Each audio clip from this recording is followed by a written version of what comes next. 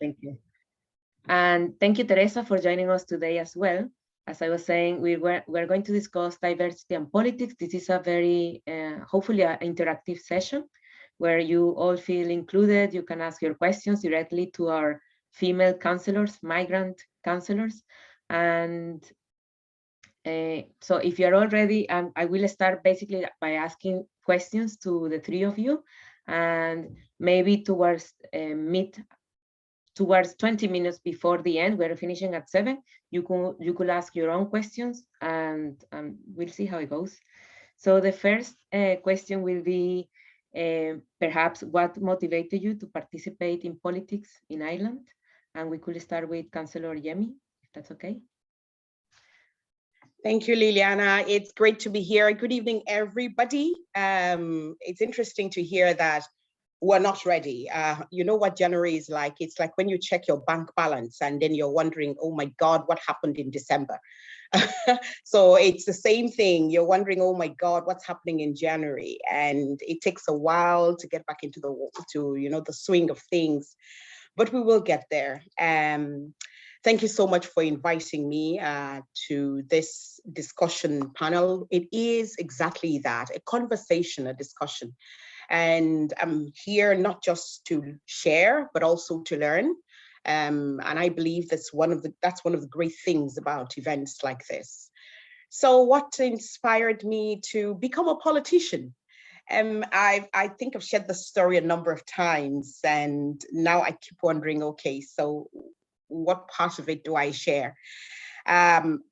In all honesty and in all fairness, I never actually considered politics before I was asked to contest in the local elections.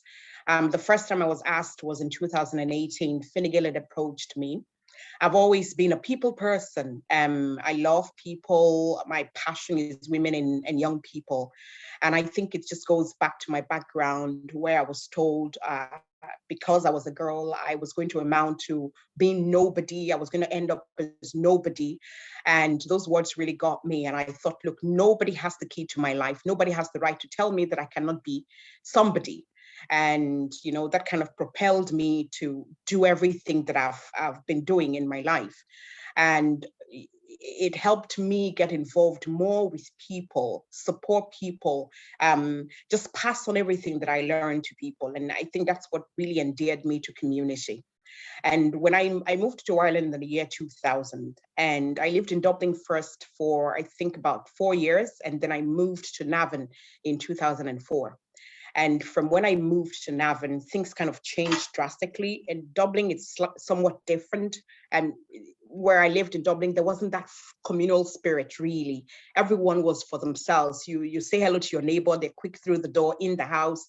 But in Navan, it was completely different. And so I just got in the swing of things and started to get involved in community. And I wanted my children to feel like Navan was home, to really, you know, embrace Navan as home. And I had to lead through with that by example. And I suppose that getting involved was what Fine Gael saw of all of the things that I was doing in schools, with organizations, being on the board, being on the PTA, all of those things, and you know, making impact and speaking to schools, secondary and primary, on various issues, at least once every quarter.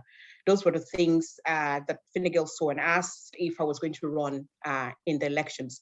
Honestly, my first reaction was no, thank you very much, but not politics. And I think I came with this mindset of African politics, because African politics is completely different from Irish politics.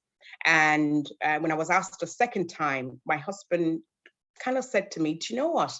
You're constantly telling the people you work with and your students and your mentees, you know, how to recognize opportunity, how to take opportunity, how to use opportunity. So this is an opportunity for you to take this opportunity, if that makes sense to you, and to do more of what you're already doing in the community. So when the third time I was asked, I had to be very clear why I was going to say yes. Yes, Fine Gael asked me, but what was my own reason? It had to be beyond being asked to do it.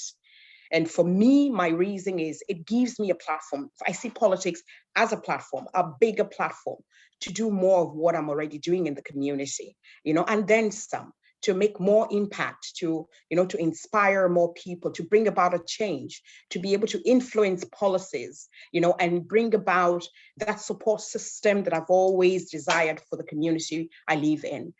So for me, that's why I said yes to politics. That's why I'm in politics, and that's what I'm doing in politics. And I suppose I've taken everything that I'm blessed with, my work experience, my personal experience, my gift, my skills, my talent, everything I'm using to ensure that I'm bringing about a change in my community of Navan. And I can tell you for sure that Navan knows that, yes, there is indeed a woman and a migrant woman in politics in the town. So I'll leave it there. Wonderful. Thank you so much for that comprehensive response. Councillor Saša. Thank you, Liliana, and good evening, everyone. So my name is Saša Novak. I was born in Slovenia. I am living in Ireland, or have been living in Ireland and in Limerick the whole time. I'm in Ireland since I think about 2007 or 6 maybe. And I have always been interested in politics, but it was always very theoretical. I studied political science. I watched the elections around the world, not just, in my country. I was always very interested in looking at it, but never in taking part in it. And I don't really know what changed, because it seemed to have changed overnight. I am a co-opted councillor. I was co-opted after the general election when my predecessor was elected into the Dáil. And I'm a member of the Green Party, so we're a small group here locally. And it just felt like, there needed to be someone to step up. And I was thinking, I'm not the person to step up. This isn't who I am. I don't activate. But in the end, it was a thought through decision, but for my standards, it was quite a fast decision to make, to do it. And, when you think about it, the condition that the world is in, the attitudes that we have, all the different crises, from environmental to biodiversity to prioritizing autonomous cars over autonomous children, all these things really resonated with me. And I realized, well, I think it's time to become more active rather than just going to the voting booth and voting every couple of years. And I just wanted to be a part of it. And I had great support from my family and from the local Green Party group. And without that, I never would have put my name forward. And that was very, very important to join the political life. I very often regretted that I did it because it can be a very difficult sphere where you move around. It can be, you're always out there, you're in the public eye. And that's me, being a fairly new member of the community with a relatively small network of people that I know. I still feel, when I see my photo in a local newspaper, I still look away rather than be excited about it. So in the end, though, it's a privilege to be able to take part in this political life, and it's a task that I feel I have a great responsibility to try to deliver the principles that the party that I chose I guess stands on, and to make the world and the local community a better place, a more livable place. And as I said before, without the support of the community or my family and the local group, it'd be very, very difficult to do. But I would still encourage everyone to do it. While progress is slow and change is slow, it is very satisfying when you see that the work, your own personal work is going to can improve lives, whether it's on an individual basis of somebody looking for advice or whether it's a policy level of getting the council to implement a new policy that's slightly better and more empowering than the one before that. That's brilliant. Thank you so much. That's a long story, but that's my story. No, that's great. Thank you for showing us some vulnerability as well, because that's That's what we want to hear. At the end, we are all humans, migrant, female, a bit more vulnerable. So, Councillor Uruemu, please. Thank you. Thanks very much, and good evening, everyone. It's delightful to see so many people, you know, actively interested in becoming frontline politicians. It's certainly a space that we need to have more representation of migrants. So I was very, very happy and delighted when I was asked to come along and speak. So in terms of why I got involved in politics, I kind of have been exposed to politics from a young age. My dad was very active in politics back in Nigeria when I was growing up. So I had an understanding of the political space, what it takes to be, you know, a politician and maintain your integrity and protect your good name and not to compromise your standards. So those kind of made me interested in a lot of global affairs, current affairs. And when I moved to Ireland, I just kept on the kind of the periphery of topical issues day to day. And I was very actively involved in my community as well as a volunteer in the primary schools, in the church. And so I was, I suppose, fairly known in my small crowd here in Longford.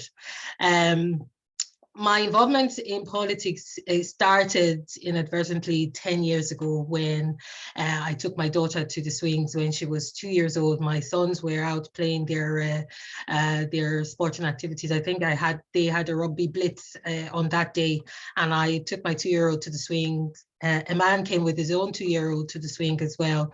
We were pushing our kids side by side. We started having a conversation. He said he was bringing, that was their only child at the time, and he had brought her away from the house to give the wife some breathing space because her family was going through difficulty. Her dad was very sick, and her dad subsequently passed away then. So it was kind of a difficult time for them. And so we were just, you know, talking. I didn't know him, he didn't know me. We met for the first time there, but we met a couple of times after that then in the town. We ended up becoming family friends. I got to know his wife. They had more kids, but I was done at that stage. Alexandra was my third my third and only girl. So then fast forward to 2016, when during the general elections, I jumped on the campaign of an independent candidate. And after the election exercise, the same person who I met at the swings 10 years prior, then came to me and said he didn't know I had an interest in politics. Again, because of my background, that's why I was comfortable getting involved. And he invited me to join his party at the time, which is Fianna Fáil. So I was happy to join in, being a community volunteer. For me, it was another group of people to engage with, increase my networks, and, you know, get to know more people in the community and how I can add value to my community. Again, another opportunity for inclusion and engagement. So went along to meetings. They'd be having meetings at 8:30. I get a text. I'd say to my family, okay, I'm off going to a meeting. Sometimes I'd be the only woman in the room, never mind being the only migrant, but I was happy enough to, you know, to learn and to contribute. And so in 2018 then, my friend sent me a link of the Immigrant Council of Ireland advertising a political internship, which I'd say a couple of ladies here will be familiar with by now. And so I sent off my application, and I remember smiling to myself when I was typing my application, and I said, do you know what, you don't even have to worry about finding a councillor for me. I have one already. I've already spoken to a councillor. He's ready for me to shadow him. So, you know, I'll be easy if you take me on for the for the program. And then luckily I got in, and that was the first time I met Joe O'Brien, and I got then on to meet Teresa and Valerie and Brian. And so it was an eye-opening exercise, because up until then I was just going along with things. If I'm asked, first I say yes, and then, you know, I worry about how to squeeze out more time out of my already challenged 24 hours to still be present, to still turn up. And so I shadowed this same person that I met at the swings, who ended up being a councillor. And bear in mind, 10 years ago, neither of us was active in politics, but obviously he historically, his family would have been Fianna Fáil. And so he ended up becoming a councillor on Longford County Council. And then I shadowed him for 4 months, did my diary, and he talked me through the electoral process.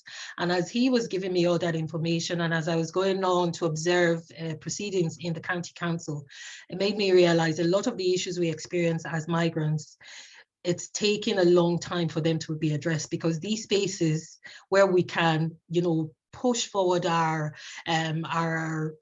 issues and be part of coming up with the solutions, we're absent from there. And that's why our issues endure from month to month to year. So it affirmed, that was the defining moment that I felt, okay, you know, I'll, you know, try my best and see how far I can get, if I can get in there. And, you know, in my own professional life as well, I was going through things. The company I worked with for over 10 years, 10 years seems to be a defining number in my life, in my existence. So I'll see what the next 10 years hold. But the company I worked for was moving operations from Ireland. And so I was, you know, in the middle of deciding where to go with my career as well. So that's when my political activism took off also. And so in 2019, ran in the local elections, through all my inexperience in there, got my inexperienced campaign team with me, and we learned as we went along. And unfortunately, at the end of the exercise, I didn't get elected. And I remember ringing my dad, who is a consummate politician, and telling him, oh, I didn't make it. And he said, I hope you're still in the party. And I thought, never mind how I'm feeling or whatever. It's just like the true political head on him. And I said, oh, no, that's fine. I'm just learning. And you know, looking at, I did a lessons learned on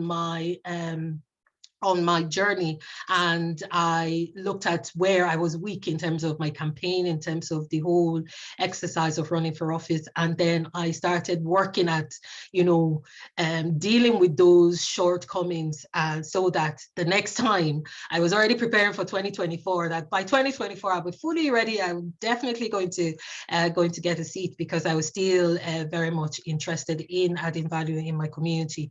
And little did I know that in less than a year, I would make it onto the council. And then shortly after I was co-opted, I became deputy chairperson of Longford County Council. And I think why I'm giving all this information is a key part of my journey was networking. If I didn't, you know, I met a stranger at the swings, we got to know each other, we became family friends, and that network helped me to get into a political party. That network is my mentor. I was co-opted to take his seat, and I still work with him, especially on the issues that are above my remit as councillor. I would then just go to him to push it at national level. So it's so important to have a network and to grow it as much as possible. So yeah, I'm going to pause there and take a breath. Thank you very much, Councillor Uruemu. And before we go to the next question, I want to ask, because some of you might be wondering what is to be co-opted, because we see it's the case of Councillor Saša and Councillor Uruemu. So could I ask you, Councillor Saša, maybe to explain briefly what does it mean? Thank you. Yeah, a co-option is a process when a person who is currently holding that position either resigns, is promoted to a different position, or dies. And if it's a party member, then that party gets to replace the person on the council. Different parties have different procedures and different rules of how they go about doing it, but basically the councillor position is held for that party. If it's an independent, I think some councils have their own appointment systems where the nominations come from the sitting councillors. I think at the same time when I was co-opted, an independent councillor got elected into the Dáil and his brother was then nominated to replace him. So it's just a process of replacing the outgoing councillor. Great, thank you very much. And so Councillor Yemi, could you talk us a bit about how has been your experience and if you have faced any challenges for being first of all, the first Black female councillor in Ireland, and in general, as a woman councillor and migrant, how your experience has been all this time? Thank you, Liliana. What has the experience been? It's been bittersweet. Like Saša, sometimes I sit back, especially the first year, I'm like, what in God's name have I gotten myself into? What the hell am I doing? That was my first year. I think back now, and I think that those experiences were necessary to get me where I am today. Sometimes you wonder the things that you think you know. You wonder, why they're not working for you when you're in an experience or in a situation where you want to pull those things to become useful to you. And I'll give you an example of what I'm talking about. During the campaign, I was somewhat disappointed in the African community in Navan, because ordinarily you would expect, or let me generally say the migrant community, ordinarily you would expect, and a lot of people expected, that the base, as a migrant, your initial base will be your migrant community, and that this seems to be an unspoken guarantee that migrants will vote for you because you're a migrant. It's not so. It doesn't work that way. And I learned that, at campaign, and I learned that after the elections. You really have to put in the work. I think for me, canvassing was a huge experience that it really shaped a number of things that I do now. Just being able to engage with people, connect with people. I think a lot of issues should be addressed through canvassing, because then you're able to directly connect with people. I learned a lot while canvassing. I learned about myself. Because at training, you're first told, this is how, there was a lot of training from Fine Gael, and you're told this is how you speak when you get to the doors, this is how you express yourself, this is the way you say things. And my very first day canvassing, I got to the doors and I was trying the spiel the way we were told to say it. And the very first person I spoke to, I'm like, oh my God, this is not me. It sounds really weird speaking like this. Okay, I'm going to throw all that in the bin and I'm actually going to give them Yemi. This is Yemi. You either like me or you don't. End of story. And I think that's what worked. I think it's important that you bring yourself.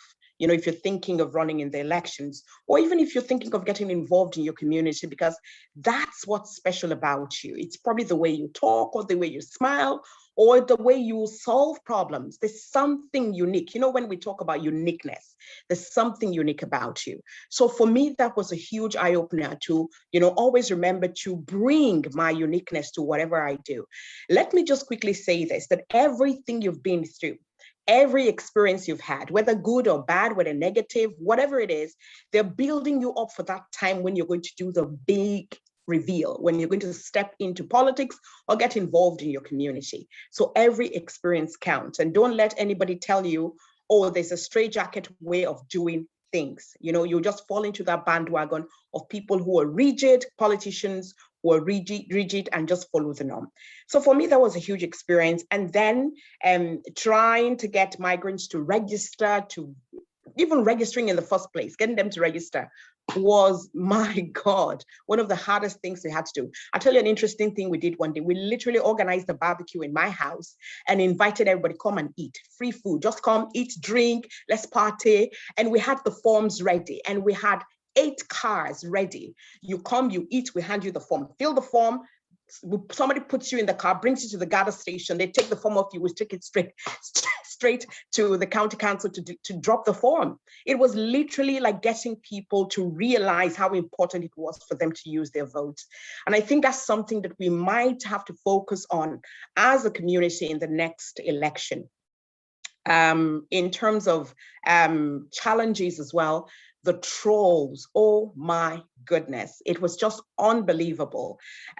When you become a politician, you're literally putting yourself out there and you're saying, I am no longer of my own. Yourself, your family, you become completely public. And for that, I think being the first person to win an election, the first woman to win an election, I literally was paying the prize, and I was paying the first person prize. There was a lot to carry. People came at me. I think when the trolls saw that they couldn't get me on Twitter or on any other social media handle, they came directly at me, would send me emails. I got threats to leave my home. I got threats to resign and step down, that I had no right to be a politician in politics in Ireland. And I got threatened to pay a certain amount into an account. I reported to the guards. I was told, we know where you live and we're coming for you. So it was a really horrific and scary period at the time. For 2 weeks, I didn't let my kids come out to play. But one day I literally said to myself, I'm not going to let anybody control my life. This is part of the dividend of politics, and not the first to be in there, and I wouldn't be the last. So I got myself together and I said, look, if they want to kill me, I'm only going to die once. End of story. So I got out there and really went for it. And every time they sent me an email, I never responded, never engaged. And on Twitter, anyone who sends a negative, I never, ever engage with them. And this, I suppose this is very important for everyone. They will come. Because you're different, they will come. Because you're bringing something that is unique and has never been done before. Why? Because you're not doing it exactly the way it's been done before. They will come for you. But the truth is, they are not as powerful as you are because you have the control. So all they're trying to do is to wind you up. And the only way you can give them power is when you respond. So never engage. Never, ever, just let them be. Or there's this powerful button on social media called the mute button. And there's also the delete button. You choose which one you want to use and you use that. So for me, those were some of the challenges, but there's been plenty of wins and plenty of achievements after that. I'm so proud of my town of Navan. I've made huge improvements in Navan. I look at the town today. I look at some of the works that I've done. When you come into the town of Navan, you all have to come and visit. You will see, parklets everywhere. And it's like when you go out to towns like Italy and you go to visit and you see the beautiful city and you sit out.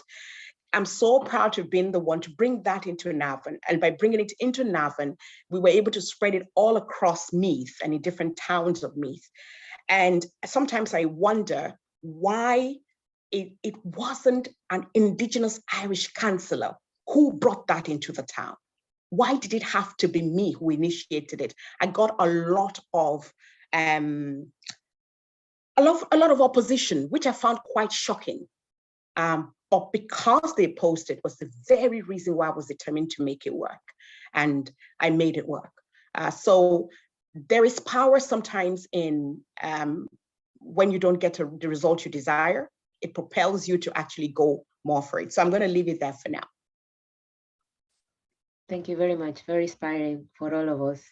And we want to hear from Councillor Saša. Maybe could you share with us if you have faced any challenges as a women migrant, female migrant in Ireland all this time? Thank you, Councillor Yemi.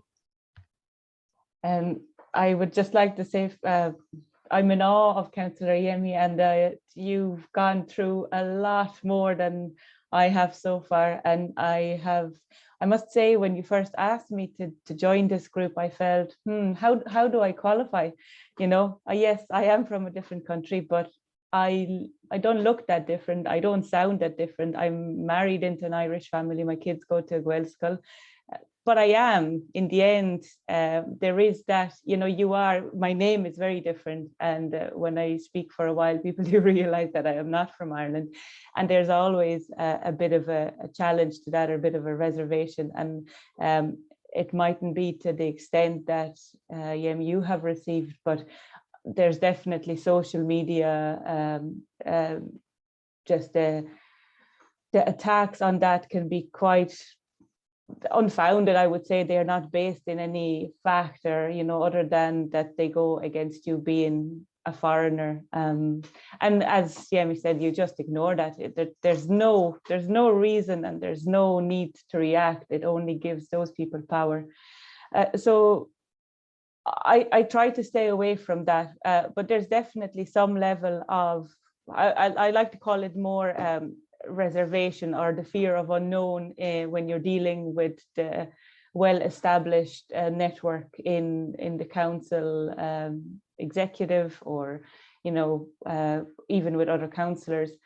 In Limerick, we're pretty good. We have actually a woman, a female councillor, a migrant female councillor serving I think her second term, Elena Seca's Labour councillor. So she's paved the way for us. And there is another councillor, Azat Talukder, and he is, you know, he's been elected for the first time. And I feel like they have kind of paved my way into it already. So it's not a novelty to such an extent, but you still get the odd comments that an Irish person doesn't get. And I think you just have to focus on the positive stuff. Yeah, as Yemi said, you bring diversity of ideas, diversity of, you know, experiences. And I think for the progress, for the future of our cities, of our towns, of the whole of Ireland, it is important that we have that international experience, and also female experience, because we know we have been very underrepresented on all levels of government in the past. Thank you, Liliana. No, thank you. And I want to ask the same question to Councillor Uruemu, but at the same time, I want to add, do you see any challenges to achieve diversity in politics in Ireland? Okay, thanks for that. And just to add to the challenges that Councillor Yemi and Councillor Saša have mentioned, COVID-19 for me was a huge challenge, because I was looking forward to engaging with the community, because one of my weaknesses after the election was the fact that I didn't really know a lot of people in the community. I thought I did, being a community volunteer, but I realized that, you know, I didn't know as many as, or there were many more that I didn't know. So I was looking forward to engaging. And 2 weeks after I was co-opted, we went into lockdown. So that was a big challenge. And to cope with that, because I have a very results-focused mindset, so I don't focus a lot on my challenges. I start thinking of solutions almost as I encounter them. So I became more present on social media as well. So again, which brings some of the challenges that Councillor Yemi mentioned as well. But I focused on adding value online, being available. So which brought another challenge for me, because my Facebook profile was no longer private, because I had to become friends with so many people in the town who would have sent a friend request. Again, they wanted to get to know or get access to their councillor. So, and it would have been an opportunity for me to be accessible as well to them, because again, another challenge, I think Saša alluded to that as well, is the tenure. The other councillors will have longer serving time, and you can nearly hear it in their voice when they are contributing the council, how they they are nearly acting up how knowledgeable they are of local affairs, and I'm sitting there thinking, sure, I'll get there in the end. I'll just keep learning as I'm going along. So my space became essentially public. It's like having a house with an open door 24 hours, and anybody can come in and go out, and you just have no control of that. But then on the plus side, I was able to see if people have issues. I was there to support them through it in any way I can. Another challenge for me was cash. Working in the private sector and working, being employed for the time before I became councillor, and I had to, one of the conditions of me taking the role was that I had to give up my job in the Department of Health, because if you are holding a job above clerical officer, you can't be a civil servant and a local councillor because of conflict. So I had to give up that job. The plus side is I am I have more time to throw in to really grow my presence in the community. But the cash aspect of that is still short, because councillors are considered part-time workers, even though we're anything but. So I took a pay cut to become a councillor, and I'm still struggling to bridge that gap that I was used to in the past. Thankfully, my husband works full-time, so we're able to manage as best as we can. For me, it's really more the service to the community, and being able to help somebody to meet a challenge, or to reduce their burden. It's more value to me than money, so I don't really mind that too much. But I just wanted to make sure I put forward the challenge to give a real perspective. Another challenge for me is the invasion. So there is, like, not having a great space on social media. I didn't mind that, because I was always mindful of my engagement on social media anyway. So even with my private crowd and with the public crowd, there was no difference for me in terms of how I conducted myself. But in terms of the invasion in time, you'll find somebody who's working 9 to 5, has commuted to work and back, and has settled down. It's 8 or half 8 or 9 p.m. and it's like, oh, now I have the time. I'm going to ring my local councillor and ask about this issue, forgetting that the local councillor needs an off time as well. So that is another issue. Sometimes I could be working as late as 11:30, 12 midnight, just to make sure that I catch up with all the pressing issues, because the minute you don't respond to somebody, almost immediately you're hearing about it. Some people go on social media like, oh, they promise everything and they never deliver. And you might go back and find out that sometimes you even give them feedback, but it's not the feedback they want, so you haven't done anything for them. So it's just, that balance as well. Even as recently as Sunday, I was being asked, oh, can we do an interview at 3:30 this afternoon? I'm like, no, because you just have to draw the line. And I make it a point not to respond to emails on Saturdays or Sunday, even though it's staring at me there. I really should have opened my emails at weekends, but I'm a workaholic, and sometimes I get I drift in there. But I always make sure not to respond to emails at weekends. I respond on the following Monday to discourage that kind of activities. And I get texts to say, oh, can I give you a call in an hour? Are you available? And I say, I'll meet you on Tuesday, or I'll meet you whatever day in the week. I always, respectfully push them into a time that is that's more suitable, because obviously people have issues.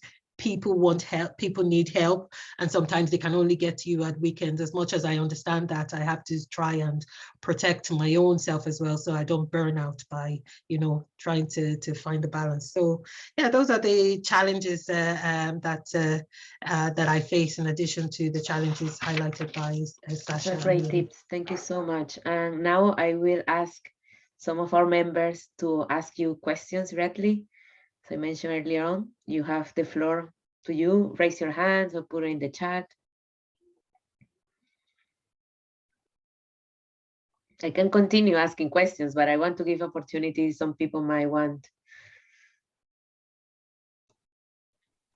Come on, guys. Come on, ladies. Come on, ladies. Ask the question. Don't be shy. That's why Don't be you're here. shy. Don't be shy. Ask now or forever hold your peace. Come on, Megan. I know. I'm here. I was just Go, putting a Megan. Band-Aid. I was putting a Band-Aid on a small person, but I'm good. I'm with you.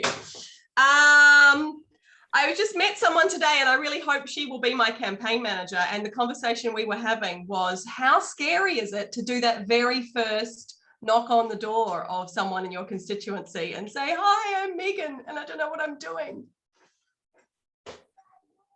That's my question. Councillor Yemi, do you want to? Yeah, thank you. Oh, wow, Megan, it is scary.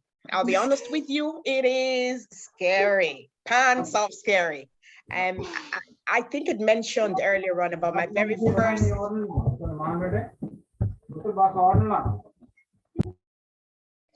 Yeah. Ahmeda, can we ask you to mute your microphone? Thank you.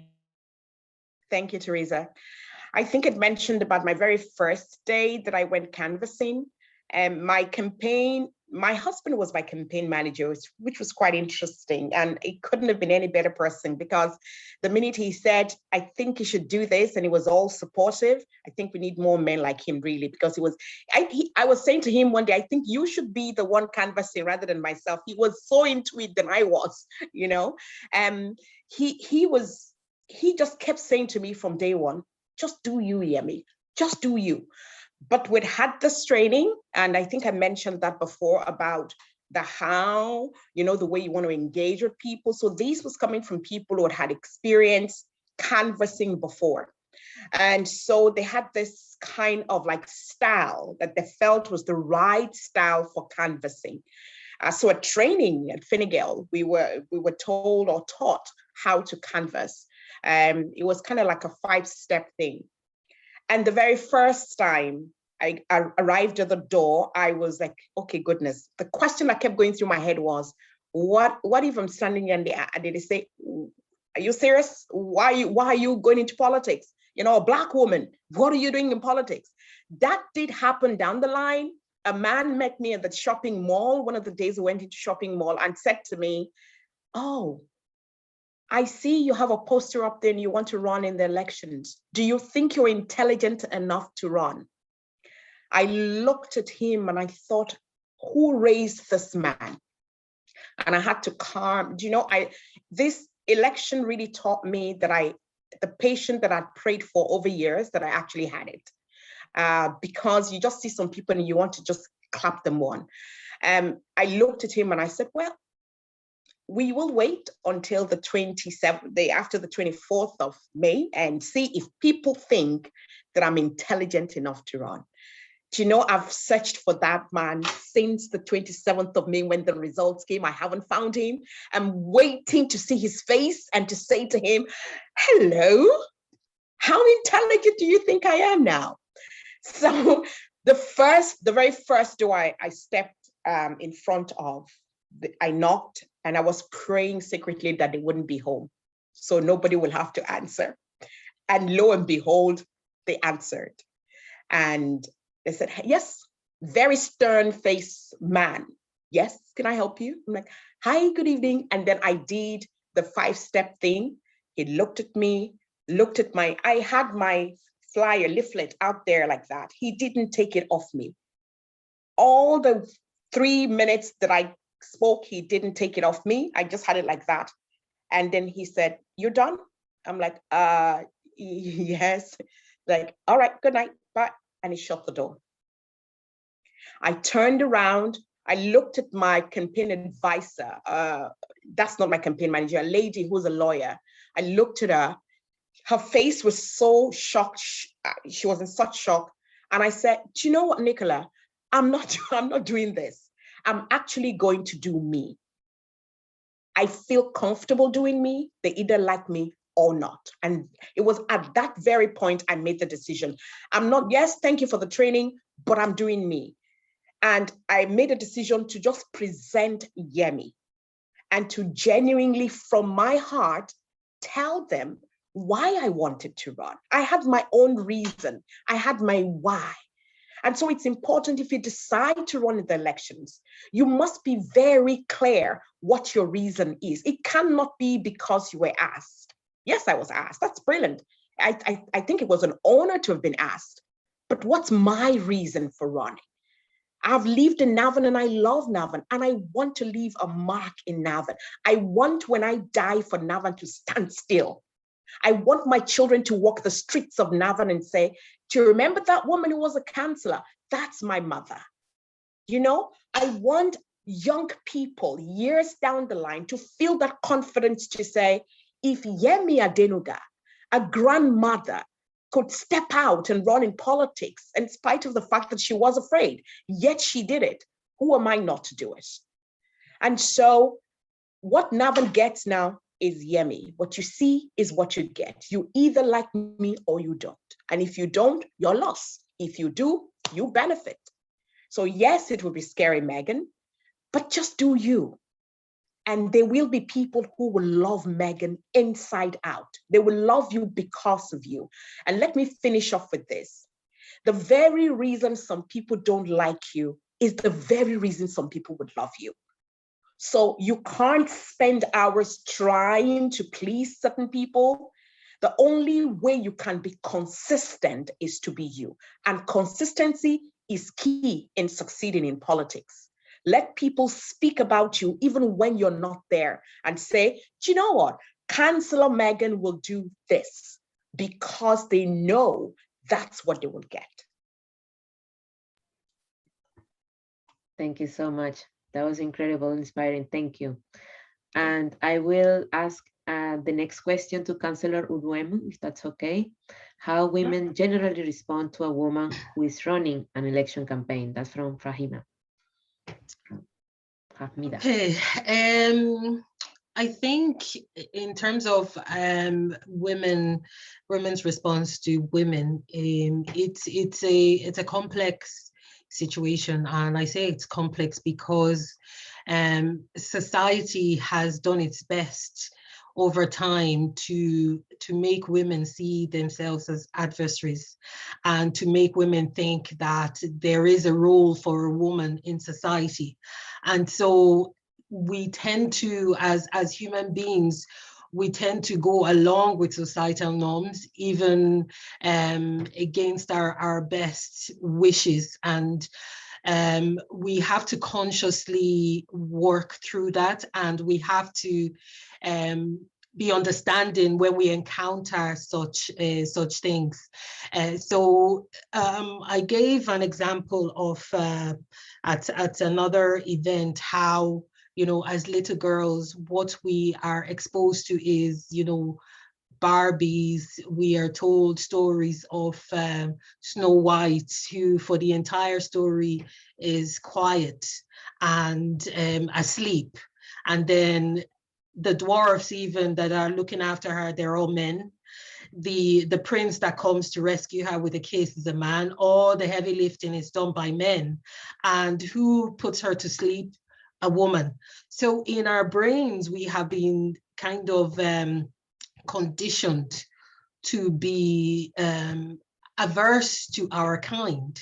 And we look at Rapunzel, who was locked up in the tower. It was by an evil queen. So anything evil, look at Cinderella, you know, wicked stepmother and her daughters were all, for no apparent reason, mean towards her. You know, the father died, and then that's the reason, because he's not there, then they were mean to her. And oh, how her status was elevated when the prince magically came and gave her and she matched the slipper, which was the fairy tale was made possible by a fairy godmother. So again, you can only dream, you know, and lucky you if it becomes a reality. So those are the kind of things that have been imbibed in us growing up. So it's no small wonder when, as women, we straight away see each other as as competitors. We are competing for a boyfriend. We are competing for a husband. We're competing to be the pet to the boss in the office. You know, it's just society that makes us that way. So when I encounter, like, for example, women who don't appear to support each other, I know straight away this is the problem. This is where it stems from. It is society. It's what we've been trained to do, and we have to consciously unlearn all of those. But it starts from a position of understanding. Once you understand where somebody's coming from, and you know, that gender bias amongst ourselves is a big problem, because women see politics, or we've been made to see politics, we've been made to see positions of authority as a man's field, a man's playroom, and we're not supposed to be in there. And if you're in there, you either have to behave like a man, which then makes you even more hostile towards other women, or you are slipping your way into that position, which is what people tend to get, particularly in corporate spaces, which is unfortunate.